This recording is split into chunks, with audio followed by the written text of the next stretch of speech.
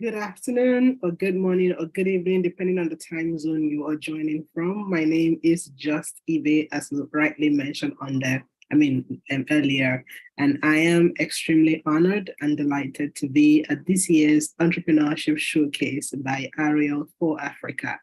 I have known the Arielle team for a little bit about 2 or 3 years precisely. And along those 3 years, we have done several things together, ranging from entrepreneurship to government engagement to people development, several things.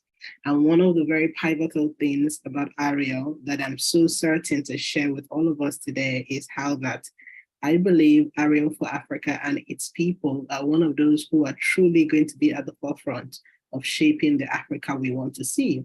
And I know this for certain because they're involved in people development, job creation, entrepreneurship growth, amongst many things across the continent. And you would see that their dedication, it shows very clearly in how quickly they have entered into several markets within sub-Saharan Africa and continue to spread. And they have, for lack of a better word, they have initiated partnerships across the different regions in the world. No continents,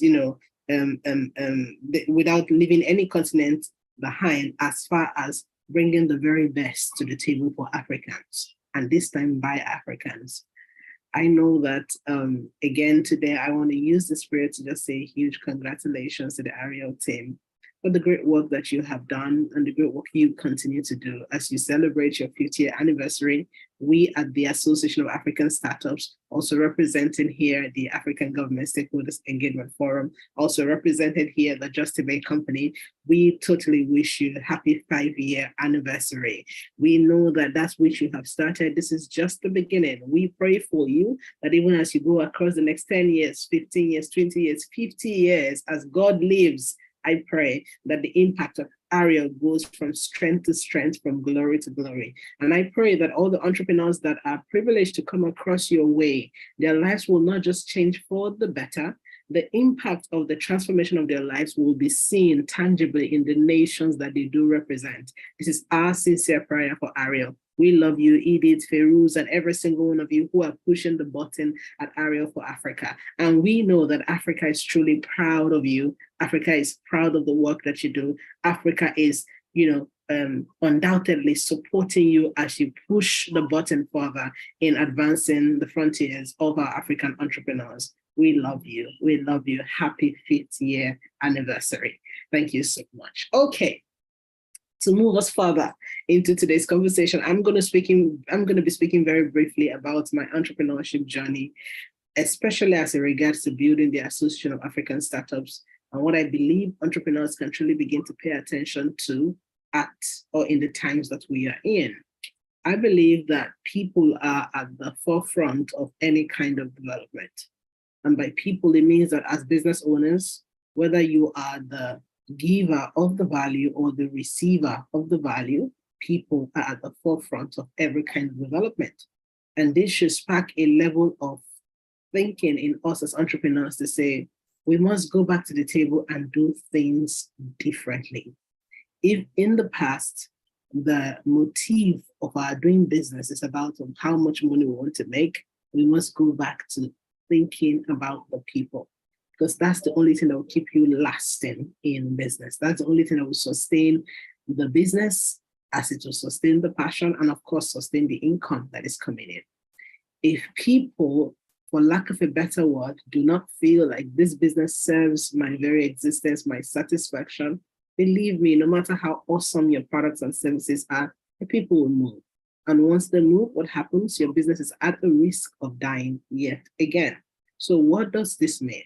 As an entrepreneur, this is the time to pay attention to your people's structure. By your people's structure, I'm talking about the people who work for you or work with you, depending on how you like to categorize them. Work for you or work with you, that's your employees, your partners, your stakeholders. I like to call them internal stakeholders, right? Those are your employees. Pay attention to that people structure. Pay attention to the other people's structure, which is the customer structure, vis-a-vis how you ensure that your product is truly meeting their needs. And beyond just meeting their needs, Are your products and services able to create a life cycle of results for them? Meaning, can my business serve, for lack of a better word, a system of hope to my customers such that they know that once they encounter my business is able to give them all that they need. And if not all, is able to point them to the directions or the direction they need to go to get all their needs sorted. Does this make sense? Does this make sense? To make all their needs sorted. And you see, we go to all these very big stores across the globe. So maybe you travel, you go to Walmart, you go to all the big stores across the world. One of the reasons why people like to go to those big stores is because it's a one-stop shop. I go in there, get all my products and services one stop. All I need to go is from section to section. And the people in there are nice enough to show me, okay, go over there, you get this section. In fact, they're really aptly described, or yeah, you would see those descriptions on where to go for what you want to get. And I know that as an entrepreneur who may be listening to me today, you obviously do not have the kind of structure that Walmart or any of those big stores has to be able to replicate in your business. But what you must understand is the thinking behind that kind of business model. Beyond whether you have the amount of money to set up that structure, there is a thinking behind it. If you understand the thinking, then you can bring the thinking down to your business today so that your customers can get that one-stop feel. Every customer, well, most customers, I know as a woman, even when I go to the market, I don't want to go from one place to the other, walking around the entire market, looking for exactly what I need. I want to go to one place and be served appropriately. And I know they have decent pricing, decent services, and all the things I need are just there. I pick it and I leave, right? Because right now, the value of time is more expensive than the value of money. People say time is money, but guess what? We are entering into the season where time is more valuable than money. Entrepreneurs, hear this and hear it clearly. Time is more valuable than money. We're entering into the season where human beings will now recognize that there's a higher premium on their time than on the money that they so look for, so to speak. So you would find that people will begin to attach premium to their time. So time is more valuable than money. I'm going somewhere with this, dear entrepreneurs. Please listen to me. And so as a woman, I don't like to go through all the different stress to get whatever I need. I just want to go somewhere and be satisfied by great service, great products, affordable prices, and then I'm able to get a lot of time in my hand to do other things within the course of the day. And I believe that at least 60 to 70% of women or people are like me. We value our time so much, especially us upwardly mobile people who need to do other things with our time. And so as an entrepreneur, you need to begin to understand the concept of time management, the concept of one-stop experience so that you can incorporate it into your small business listening to me today. And that would mean that let's say you are maybe a computer engineer, right? I'm using this as an example. You're a computer engineer who fixes computers that are bad, right? You don't obviously have the finances or the capital to start a brand new computer sales business. But of course, that's something you have always desired. You see what I mean? And so in your small shop or small kiosk, you feel like, well, all I do is repair bad computers. I don't have the money to set up a big shop and buy all the different computers, Mac, Apple, Lenovo, and stock in my shop so that people can buy. So, well, I'm disadvantaged. I just stay in my corner and, I'm probably just keep praying one day, and hoping. How about the thinking that businesses like Walmart uses? All the products inside Walmart are not necessarily owned by Walmart. You, as a computer repairer in one small kiosk, can begin to think like that to say, okay, in a week, I repair 50 computers. I'm giving that as an example. I repair 50 computers. And that would mean that potentially I have 50 customers who can potentially use, say, maybe a software that Google has and Google is trying to promote. And then you can now reach out to Google and say, Google, I want to partner with you. I have XYZ number of customers within my database who, as a result of working on their computers, I noticed with this software or with this product that you have, we can make their computers work better. And so with this partnership, I will bring you the customers, we negotiate for a fee. So you are in your kiosk, but you're thinking about a solution that you can bring by leveraging people who already exist. You have the database of people whose computers need repairs. You repair them, and by repairing them, what you do is you keep getting either one software or one thing or the other to fix inside. And then every day, every month, you are churning in thousands of computers out of your kiosk, and you think you're a small business owner. You're not. You just can't see beyond what you do. If you can see beyond what you do, you will realize that you're a potential Google, Microsoft partner. You're a potential partner for all of these software companies who have new technologies they're developing every day and they want to sell to users.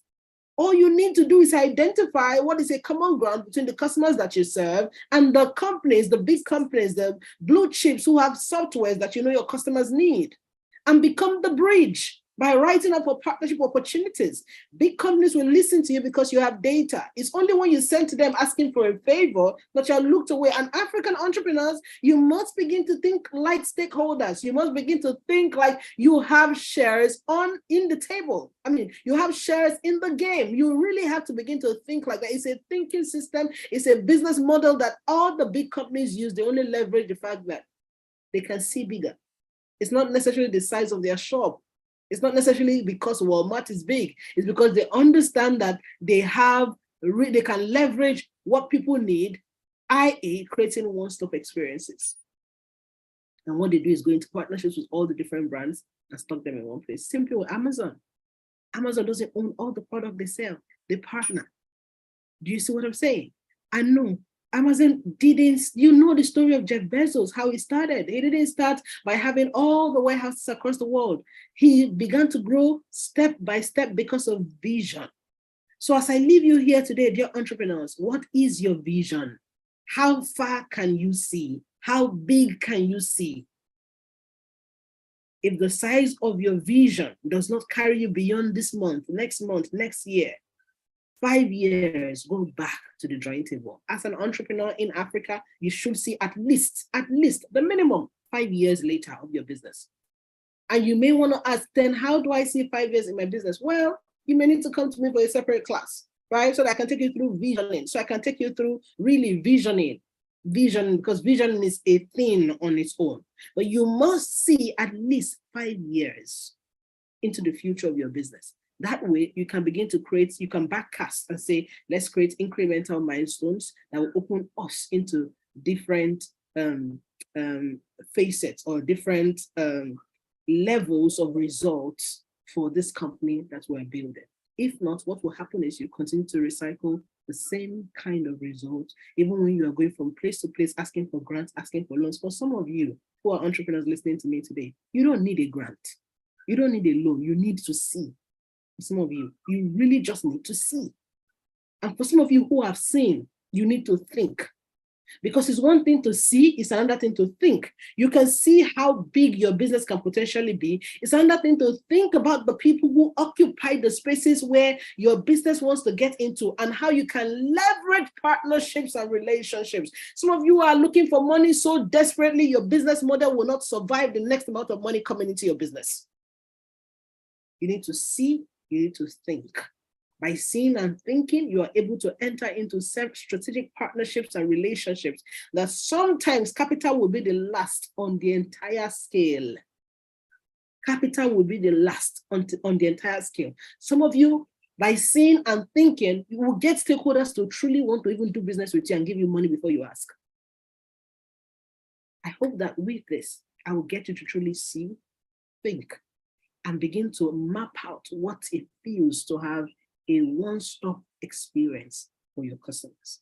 Even if you don't have to offer all the services, become the pathway to which your customers can come through, and you will point them in the different directions. That way, your customers will keep coming back to you, whether you sell products, whether you sell services. Thank you once again for having me here. Dear Arielle for Africa team, I love you. I honor you, and I celebrate the very big things that you're doing. And hey, to all the entrepreneurs who are on this showcase today, God bless you, congratulations. And we look forward to seeing you at the forefront of pioneering change and development for the African continent. God bless you. Bye.